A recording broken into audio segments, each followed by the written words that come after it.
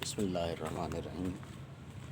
Students, today we are going to discuss a theorem with a special property. एक theorem हमने देखा था. इस थ्योरम की स्टेटमेंट ये थी, every convergent sequence is bounded. Every convergent sequence is bounded, but converse may not.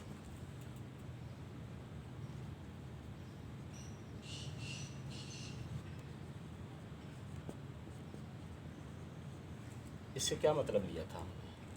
हमने ये मतलब लिया था कि जो सीक्वेंस कन्वर्जेंट है,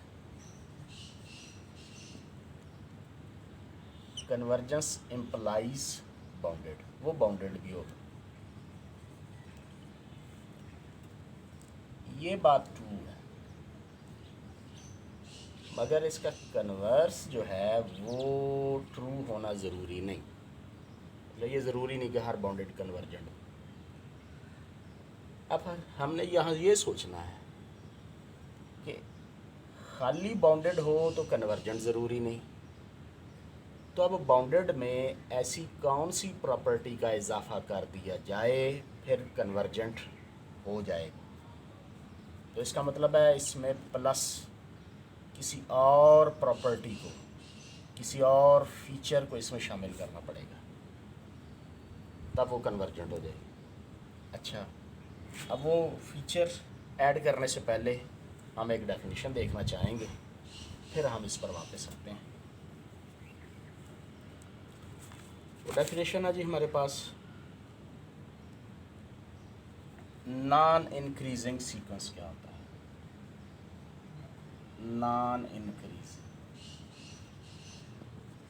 सीक्वेंस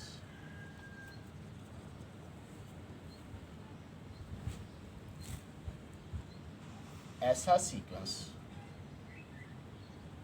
नॉन इंक्रीजिंग कहलाने का हकदार होगा कि जिसकी हर अगली टर्म पिछली टर्म से बड़ी होगी. हर आने वाली टर्म पिछली टर्म से बड़ी होगी.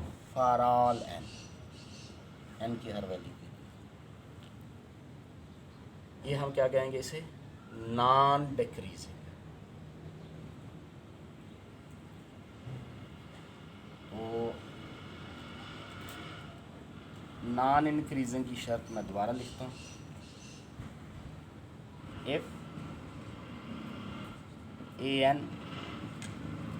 Greater than a n plus one for all n, यानी हर पिछली टर्म नई टर्म से बड़ी हो. जो भी नई टर्म आएगी वो छोटी होगी. तो इसे हम क्या कहेंगे? नॉन इंक्रीजिंग, या फिर इसका दूसरा नाम होगा ओ आर आर डिक्रीजिंग. इसका दूसरा नाम होगा डिक्रीजिंग. अच्छा, ये एक बात होगी, नॉन इंक्रीजिंग यानी डिक्रीजिंग. दूसरी बात, नॉन डिक्रीजिंग.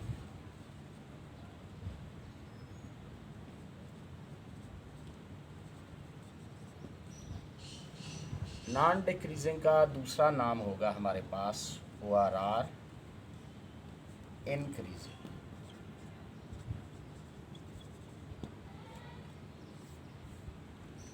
इसमें क्या होगा? इफ हर नई आने वाली टर्म पहली टर्म से बड़ी होती. डिक्रीजिंग में नई टर्म छोटी होती है, इंक्रीजिंग में नई टर्म बड़ी होती है. For all n. ऐसे सीक्वेंसेस को जिसमें एक तरह का ये बिहेवियर पाया जाता हो कि अगर वो इंक्रीजिंग है तो हर टर्म बढ़ रही है, डिक्रीजिंग है तो हर टर्म छोटी हो, ऐसे सीक्वेंसेस को हम कहते हैं मोनोटॉनिक सीक्वेंस, क्या नाम दिया जाएगा? Monotonic sequence. अब यहाँ आपकी असाइनमेंट के लिए क्वेश्चन है,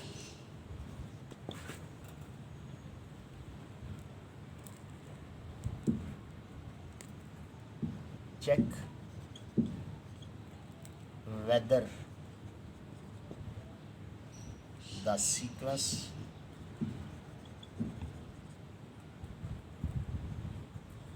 an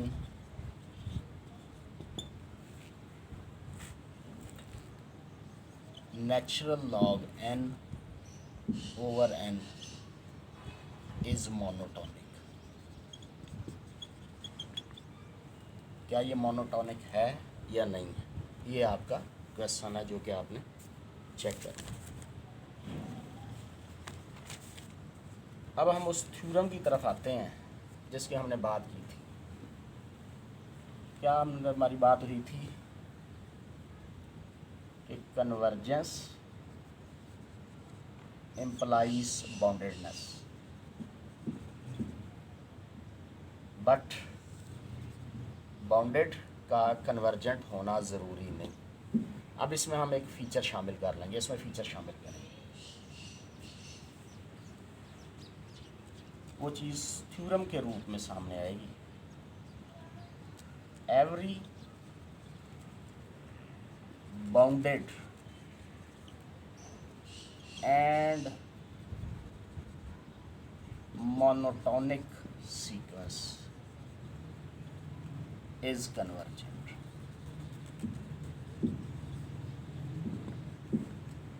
यानी सिर्फ बाउंडेड हो कन्वर्जेंट हो ये ज़रूरी नहीं होता, लेकिन बाउंडेड में बाउंडेड सीक्वेंस अगर मोनोटोनिक भी होगा तो लामहाला वो कन्वर्जेंट हो जाएगा। ठीक है जी। अब मैं आपके सामने कुछ और एग्जांपल्स लिखता हूँ, देखते हैं। उसमें सीक्वेंस है जी हमारे पास an 1 2 3 so on n। Another sequence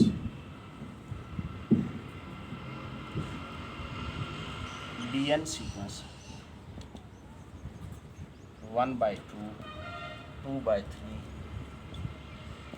3 by 4 so on n over n plus 1।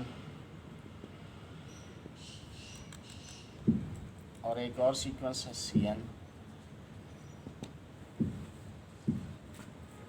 1 1 by 2 1 by 4 1 by 8 so on 1 over 2n।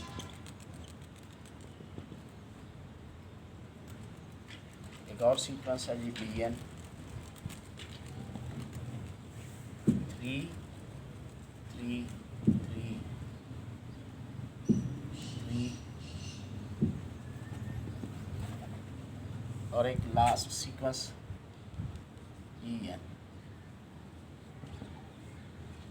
1 minus 1 1 minus 1 1 so on। इसमें चेक वेदर दी सीक्वेंसेस, ये आपकी मल्टीपल चॉइस का भी हिस्सा हो जा सकता है, MCQs।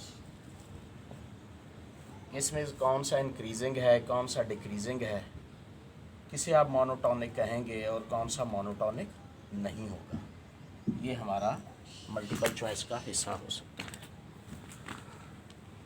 तो इंशाअल्लाहुल अज़ीज़ ये हमने एक बात आज तय कर ली, क्या कि हर कन्वर्जेंट सीक्वेंस बाउंडेड होता है, मगर जो बाउंडेड मोनोटॉनिक होगा वही कन्वर्जेंट होगा।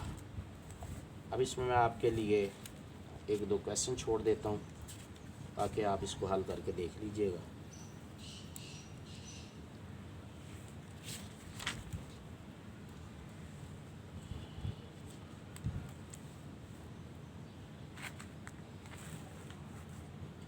ये क्वेश्चन सीक्वेंस है an 1 minus 2n over 1 plus 2n. Next question. an n square minus 2n plus 1 over n minus 1. ये दो क्वेश्चन है, इनकी आपने कन्वर्जेंस ORR डाइवर्जेंस चेक करना है कि ये कन्वर्ज करेंगे या डाइवर्ज करेंगे। तो ये हमारा काम हो गया। एक दो क्वेश्चन ये हैं, इनके बारे में हमने फैसला करना है कि आया ये इंक्रीजिंग है ये डिक्रीजिंग है। इंक्रीजिंग आपको पता है कि उसमें हर नई आने वाली टर्म पिछली टर्म से बड़ी होती है, वो इंक्रीजिंग होता है। डिक्रीजिंग का हमने ये तय किया है कि हर नई आने वाली टर्म पिछली टर्म से छोटी होती है, वो डिक्रीजिंग होता है। तो जिन सीक्वेंसेस में ये दो बातें पाई जाएं हम उन्हें मोनोटोनिक सीक्वेंस कहते हैं। अब आपने इसमें चेक करना है कि कौन से मोनोटोनिक हैं कौन से नहीं है, किसे आपने इंक्रीजिंग कहना है किसे आपने डिक्रीजिंग कहना है। ठीक है जी। और हमारा आज का आखिरी रिज़ल्ट कि हर कन्वर्जेंट सीक्वेंस बाउंडेड होता है, बट बाउंडेड ज़रूरी नहीं कन्वर्जेंट हो, लेकिन अगर बाउंडेड मोनोटोनिक हो तो फिर लाजमी कन्वर्जेंट होता है। इंशाल्लाह नेक्स्ट टॉपिक में मज़ीद क्वेश्चन के साथ हाज़िर हूँ।